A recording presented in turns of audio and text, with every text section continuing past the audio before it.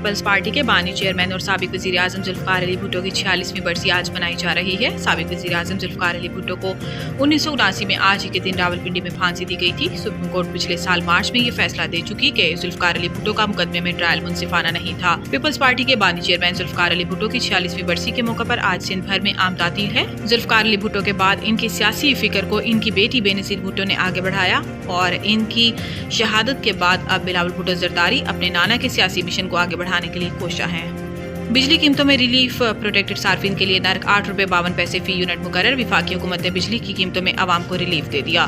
حکومت نے پروٹیکٹڈ صارفین کے لیے نرخ 14 روپے 67 پیسے سے کم کر کے 8 روپے 52 پیسے فی یونٹ مقرر کر دیے، جبکہ 101 سے 200 پروٹیکٹڈ یونٹ کے نرخ 17 روپے 65 پیسے سے کم کر کے 11 روپے 51 پیسے فی یونٹ مقرر کر دیے۔ 300 یونٹ تک نان پروٹیکٹڈ صارفین کے لیے بجلی 7 روپے 24 پیسے فی یونٹ سستی کر دی گئی۔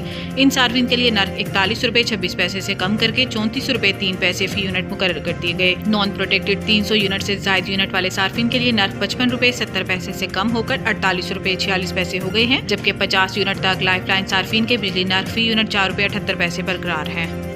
IMF نے امریکی ٹیرف عالمی معیشت کے لیے بڑا خطرہ قرار دے دیا۔ سربراہ IMF نے ٹرمپ ٹیرف پر موقف اختیار کرتے ہوئے کہا کہ سست شرح نمو کے وقت امریکی ٹیرف عالمی معیشت کے لیے خطرہ ہے۔ امریکہ اپنے تجارتی شراکت داروں کے ساتھ مل کر کام کرے، عالمی معیشت کو نقصان پہنچانے والے اقدامات سے گریز کرنا ضروری ہے۔ کینیڈین وزیر اعظم مارک کارنی نے امریکی ٹیرف پر جوابی وار کرتے ہوئے امریکہ سے درآمد کاروں پر 25% ٹیرف عائد کرنے کا اعلان کر دیا۔ انہوں نے کہا کہ ٹرمپ کی تجارتی جنگ عالمی معیشت کو تباہ کر دے گی۔